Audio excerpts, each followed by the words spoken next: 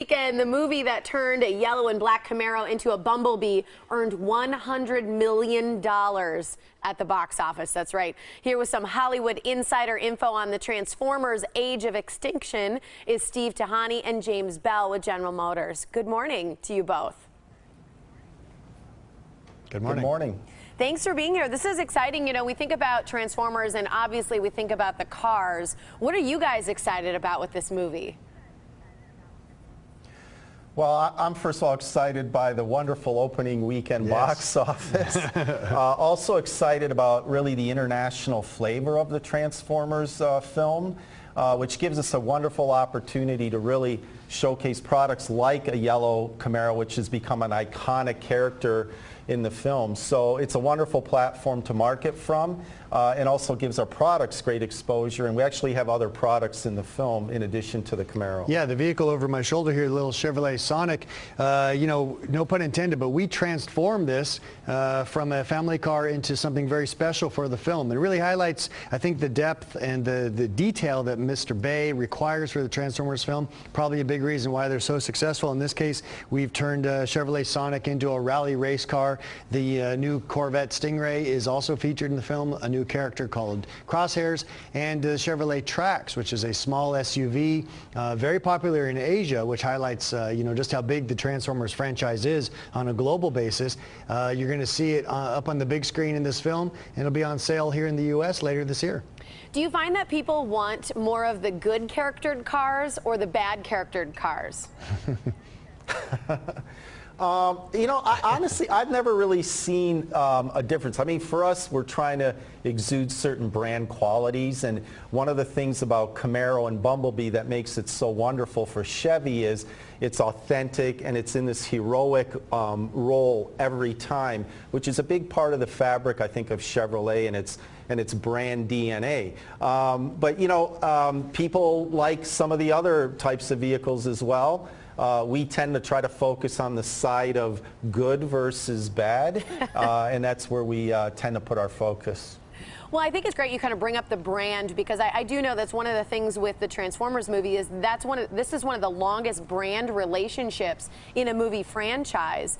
You know, we see other things kind of come in, like different products of sodas or snacks, things like that in movies, but this is the longest running brand within a film franchise. How do you think that happened? Was it established up front, or is it because you created such great characters?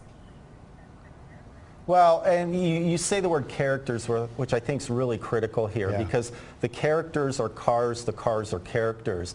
And so in that process of creating all that, you know, very early on when we did the first film, which was 2007, by the way, we sat down with Michael Bay, who had a real vision for what all this should look like and the feel and the tone of it, and then working very closely with our design people, including Ed Welburn, who runs global design, coming up with the right looks and the feel of these cars. And you'll note from the first film to the fourth film, the Camaro itself has evolved over time, and that's important for Michael as a filmmaker to create that evolutionary process as well. So a lot of collaboration, a lot of trust, and great creative vision leads to what we've been able to do.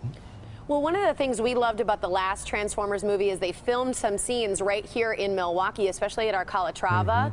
How about some of the locations that GM provided this year? What are some of the little places we'll see snippets of?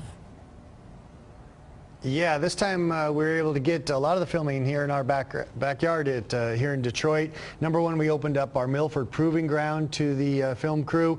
It's thousands of acres we've got there, 132 miles of test tracks, so we're able to lock down certain areas and get filming of some of the amazing stunt driving and scenes that you see in the film. So that was fun. Also, downtown Detroit itself was used. Anytime you see in the movie something that looks like Hong Kong or Chinatown, that's a little movie magic transforming downtown Detroit, so that's fun to have in our neighborhood. And then lastly, the design center, it's, where we design all of our vehicles, was used heavily. In fact, our design director, Ed Welburn, has a small cameo in the film. So it was really a collaborative effort. You know, the design center looks very high-tech, very modern, very clean aesthetic, so it provided a great backdrop for a very key part of the film.